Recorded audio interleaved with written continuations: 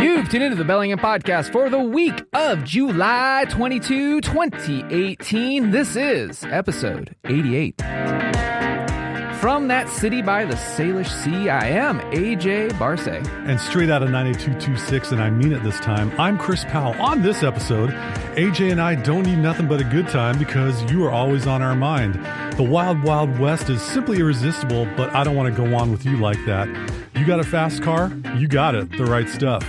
So don't worry. Be happy. You're listening to the Bellingham Podcast. Chris, I need a fast car. That's right.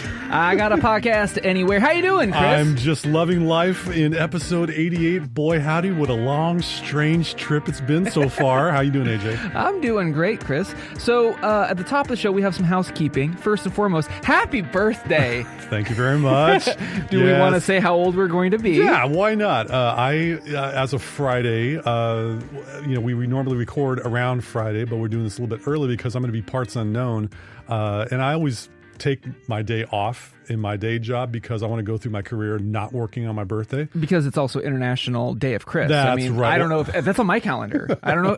Listeners, is it on yours? Every day is an International Day of me. Oh. No, I'll be turning 45 this year. One more spin around the sun. And it's a good time to have a birthday in this lovely Northwest summer. And what else? Happy birthday. Thank you very much. Let's move on. So, another housekeeping, just for everybody to know, this is the last episode for the next 2 weeks. We're going to be having a station break for 2 episodes. So, you expect us back up on the air and on the interwebs that first weekend in August. I got a jingle for the station break. You ready? Oh, we're back to being small time that you're going to do jingles again. Yes, okay, yes, I'm reverting back. So, I'm ready. Oh, I'm ready. You ready? Yep.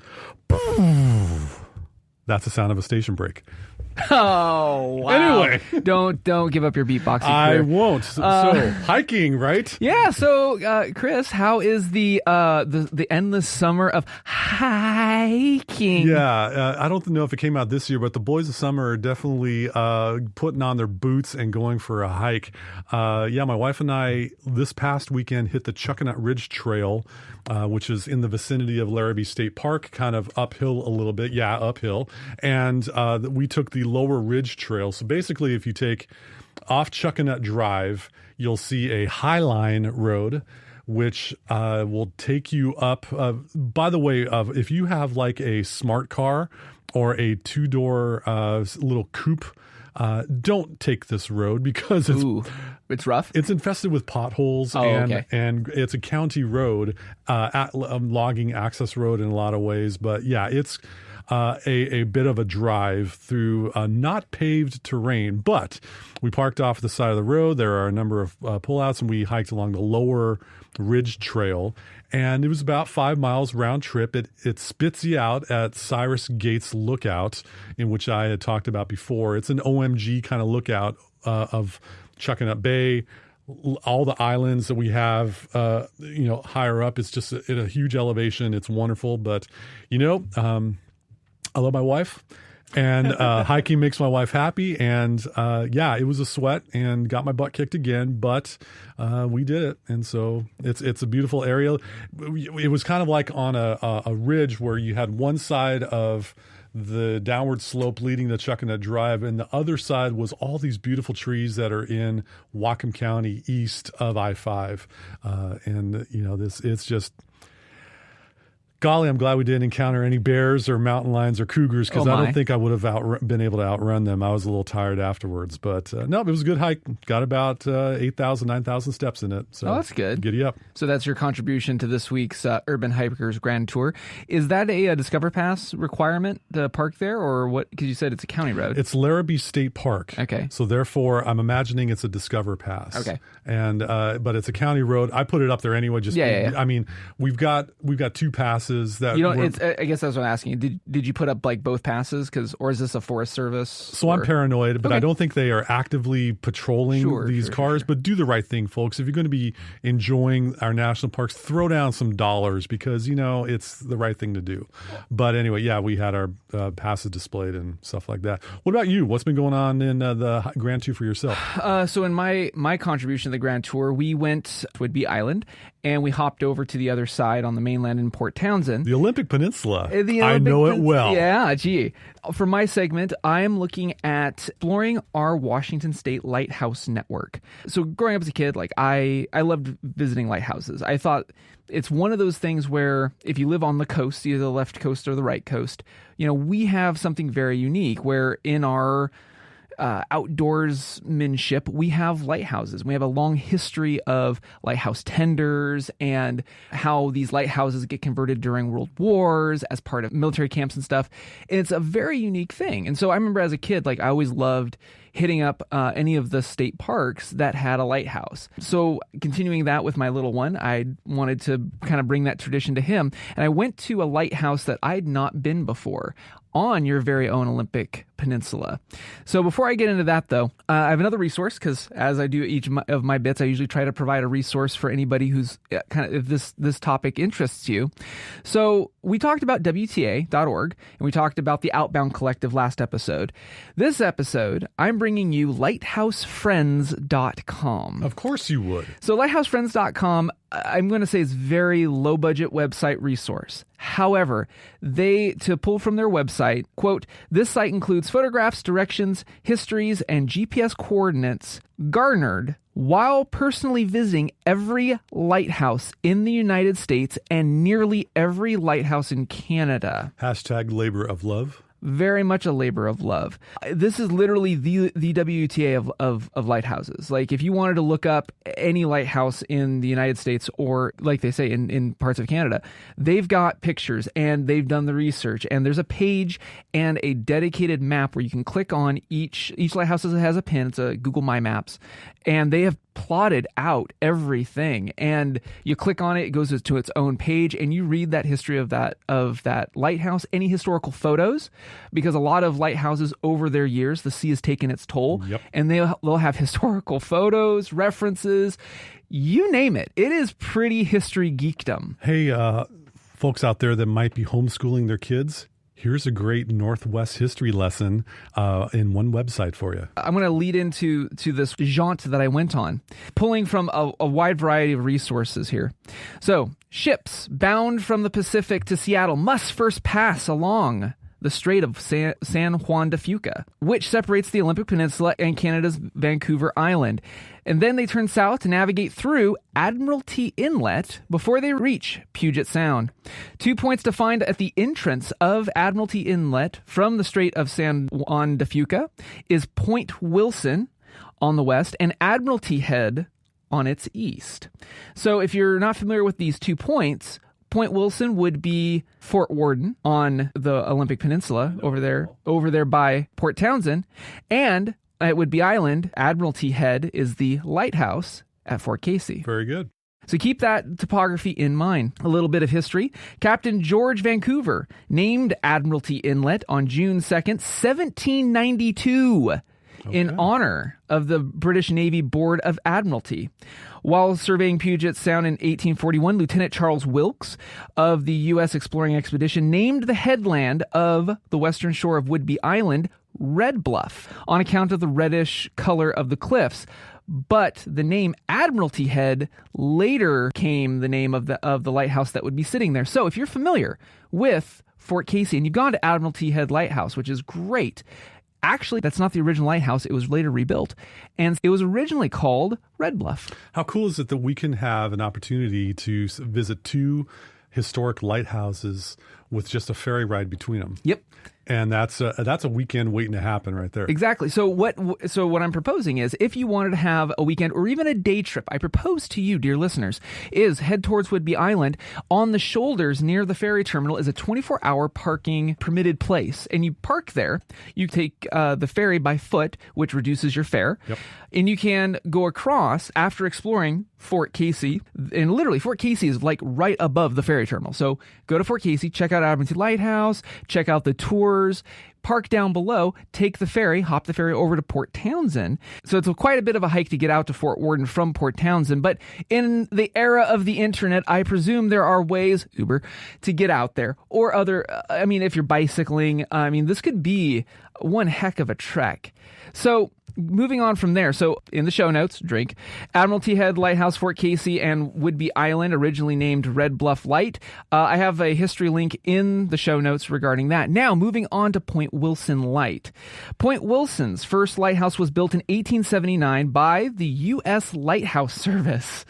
I don't think USLS. I don't know. Is there still a USLS? There could very well be. Do they have a Snapchat? I don't know. Check with them. I might have to do some internet searching after this episode. Yes. But anyway, the United States Lighthouse Service, as a companion to that Admiralty Head Lighthouse that was built 18 years before on the eastern side that I mentioned of Admiralty Inlet. So this one, Point Wilson, originally was a square wooden tower projection from the roof of a 2-story Cape Cod style lighthouse keeper's quarters, held by a fixed, this is a fixed 4th order Fresnel lens, and I might be pronouncing that incorrectly. Fresnel. Okay, cool. Fresnel lens, which I have a link in the show notes because it's a specific kind of lenses that lighthouses used. You've probably seen really cool pictures of them where it's this glass.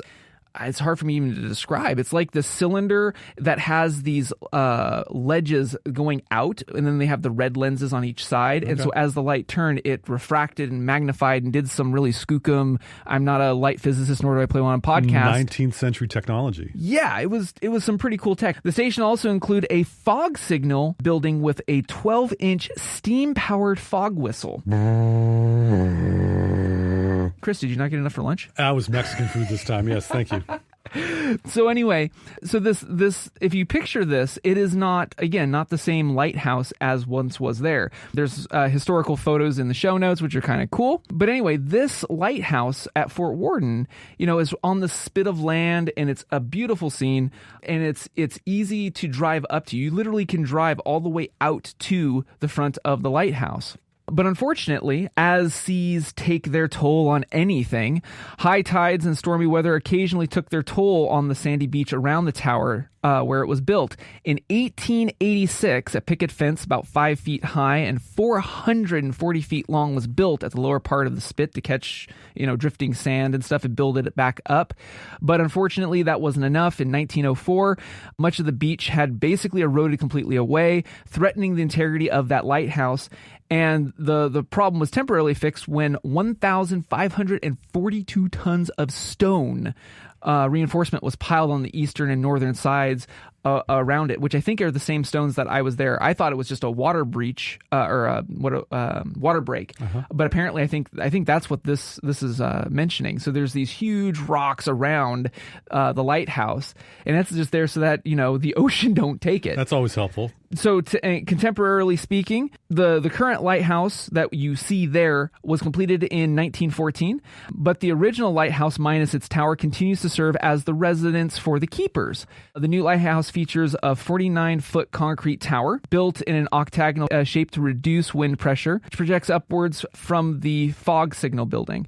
The light still shines from the 4th order Fresnel lens, sending forth alternating red and white flashes every 5 seconds. Station, unfortunately, was automated in 1976 and remains in the hands of the U.S. Coast Guard, but the campground and grounds around it are managed by the Washington State Parks. So I've got a link of that history all in the show notes. So if you're out there, check it out. It is a really cool walk around. Beautiful beach, beautiful lighthouse. And like I said, if you were taking the passenger side of the ferry over or biking over, it could be a heck of a trek out there, and you might be able to camp and then come back and do it in a quick turnaround. So as we're talking about Fort Casey and Woodby Island in doing this weekend jaunt that involves a ferry ride, do keep in mind, ladies and gentlemen, that Washington State ferries, especially the Keystone to Port Townsend. Well, it's the Keystone Run. Keystone Run that goes from Whidbey Island to Port Townsend. You got to do a reservation because you can't just drive up and go, "Hi, we'd like to use the ferry." It gets packed. Yeah. But if you're a passenger and doing the walk-on, you shouldn't have to worry about that. No, or if you have a bike, either right. one. So I mean, but motor vehicles, if you decide that you got kiddos and you want to do some driving around the Olympic Peninsula and Port Townsend on this weekend excursion, got to get a reservation on Washington State Ferry's website. Yeah. Or you can do it on their mobile app, either one, which takes you to their website. Couple interesting things about Fort Worden on the Port Townsend side. Point Wilson, as you were talking about with the Lighthouse. Little known fact, Fort Worden in the late 1980s was host to a regional Knowledge Bowl tournament for high schools around the Olympic Peninsula. And funny, there was a number of occasions where there was this handsome, devilishly intelligent young man from Squim High School that was part of a Knowledge Bowl team that went to Fort Worden. Oh, did you know him? Yes, I know him well. So yeah, I was. Some guys were play on the basketball team. Some guys were quarterbacks on the football team. Yeah, I was on a Knowledge Bowl team. Thank you very much. But we had field trips competitions in Fort Worden. Beautiful area, but I have fond memories of that area in Port Townsend. And along those lines of Fort Worden, what we were talking about, when I was a freshman in high school around 1988, I was in band class because I'm awesome. And I played trombone. However, my band instructor and a couple of my classmates were able to be extras in a movie, a TV movie actually, that was filmed in 1988 in Fort Worden, and it was called The Caine Mutiny Court Martial. Now, there is a novel called The Caine Mutiny written by, I believe, Herman Wouk, who also wrote The Winds of War.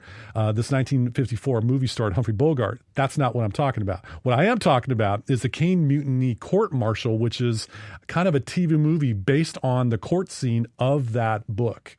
And what happened is my band teacher and some of my buddies went to Fort Worden in Port Townsend, got dressed up in full military band gear, marching band gear, and they were filmed parading around the barracks, if you will, in the extemporaneous footage that they shot, but they were in the movie. And so I have wonderful memories of my friends being in Fort Worden, Port Townsend, recording this TV movie on Fort Worden. Huh. Well, I did not intend that to dovetail into episode 88, but how convenient. But I completely take us into modus obscuria. I don't know if that's a Latin term or not, but I go into the obscure details of many things because my brain is a cavernous amount of wacky information. Well, yes, and the one obscure thought is that you might be listening to us on KMRE 102.3 FM. Low power. Community radio here in the heart of the city of subdued excitement. Sorry if I just destroyed your subwoofers if you're listening to this in your car stereo. I got to remember that. Oh, wait, my voice kind of goes into lower hertz. Okay, note to self, turn down the bass. That's right. Add treble. So treble, 1988. Yes. What was hip back then? You know, funny thing, in 88, this was both a presidential election and an Olympics year for the world and the United States in general. Pop quiz, sports fans, well, at least, politics fans or history fans. Who was the Republican and Democrat nominees for president in 1988? Give up? Okay, here we go. From the Democrats side, Governor Michael Dukakis from the Northeast, and Lloyd Bentsen was his running mate. I think he was from Texas. Give us a message on hashtag BHAM podcast to correct me if I'm wrong. The Republican competitors was George Herbert Walker Bush, Bush the Elder, and Dan Quayle. Mr. Punchline.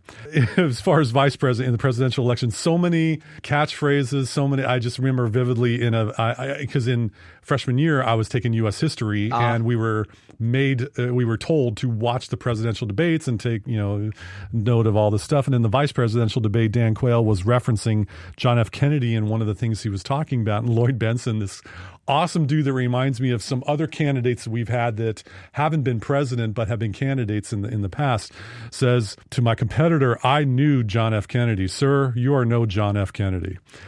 zing, and it just kind of stuck out to me. Also, in news, Canada and the United States in 1988 enacted or agreed upon the North American Free Trade Agreement. You may have heard about NAFTA. It started back then. Gosh, it was 30 years since I was a freshman in high school. Shut up! Don't. Happy birthday! Don't. Oh, that's fine. But yeah. Anyway, and also a funny thing happened in 1988. There was a little shrunken, Honey, I Shrunk the Vinyl record. They called it a compact disc back in those days. For the first year ever, compact discs outsold vinyl records for the first time. In 88. In 88. In the sports report, the Redskins defeated the Broncos in Super Bowl that no one cared about.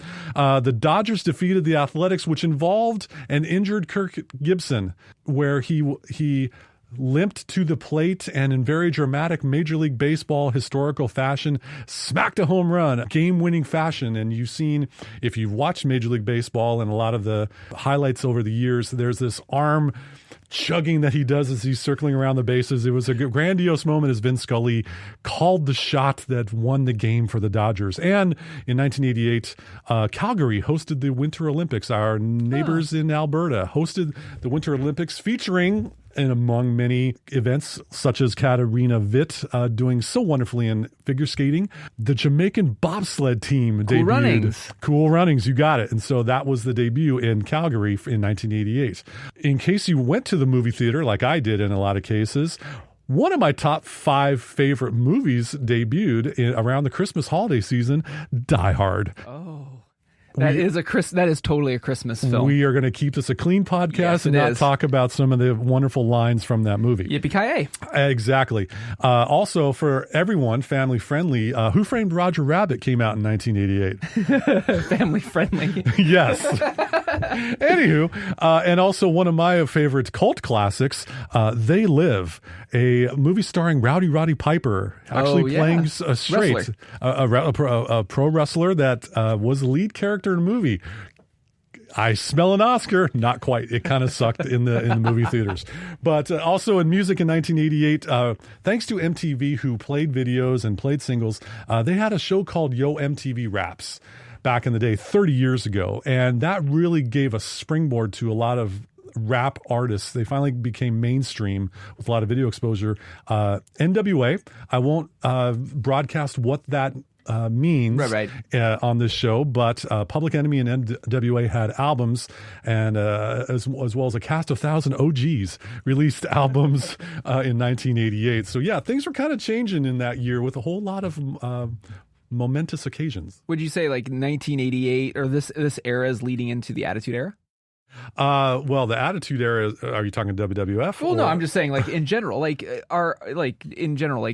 personality wise, like we see alternative, we see a lot of the Attitude persona. Yes. That, do you feel like this is kind of the late 80s was that kind of like, if you look at the 80s was all about like bright colors and gooberiness, and really towards the late 80s and then going into the 90s we get the grunge era and such. Very real like the attitude roots, yeah. Just in general Attitude Era. Do you think this is like the tipping point? I think in some cases the sheen on the polish doesn't last very long, because oftentimes it takes a couple people to realize, hey, that's kind of goofy, and all other people may join in, and so hence you get a little bit more raw material.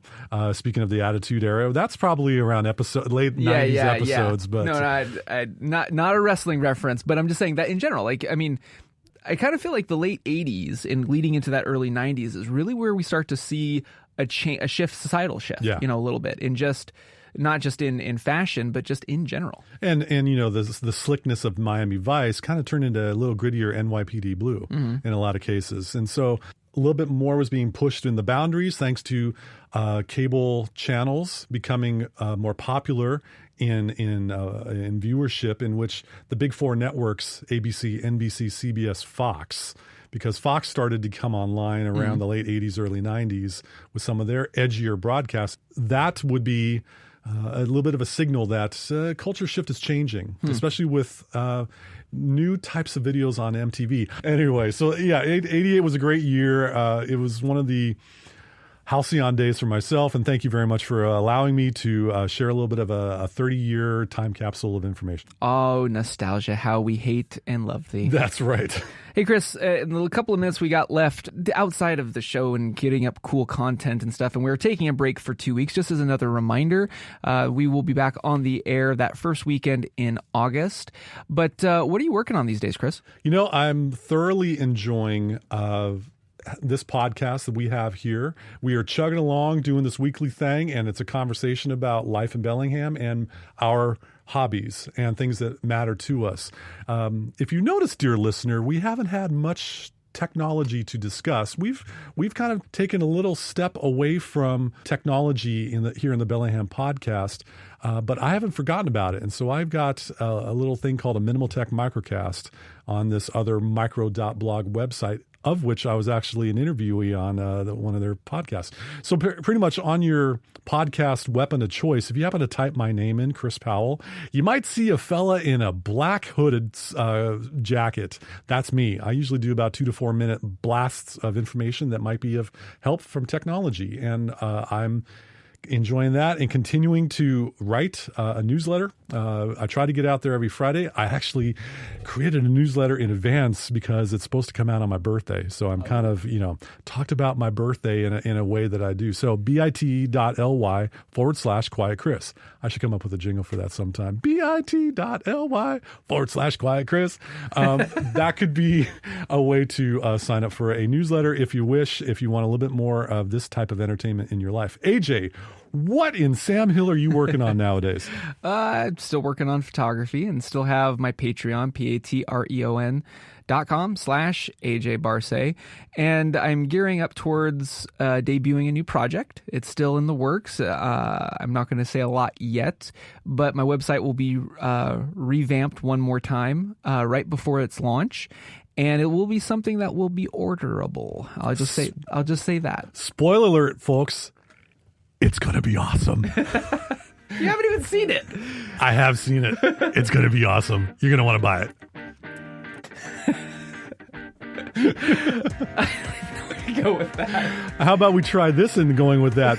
Thanks very much for tuning in to the Bellingham podcast. And thank you so much for listening to us on whatever podcast app of choice you choose to use, whether it be Spotify, Apple Podcasts, Google Podcasts, Overcast, my favorite, TuneIn Radio, iHeartRadio, or a whole bunch that you might find online or on your mobile device. If you happen to be listening to us in your car or on a FM stereo, you got us on 102.3 FM KMRE. Low power. Community radio right here in the left ventricle of Bellingham, that city by the Salish Sea. On that note, thank you very much for listening. I'm Chris Powell. And I'm AJ Barce. We will see you in 2 weeks. Dude, that voice that you made was like, hey, you want to buy a watch? Dude, why'd you do that to me? I almost said, thanks for listening. I'm AJ Barce. That would be an April Fool's. Wrong month.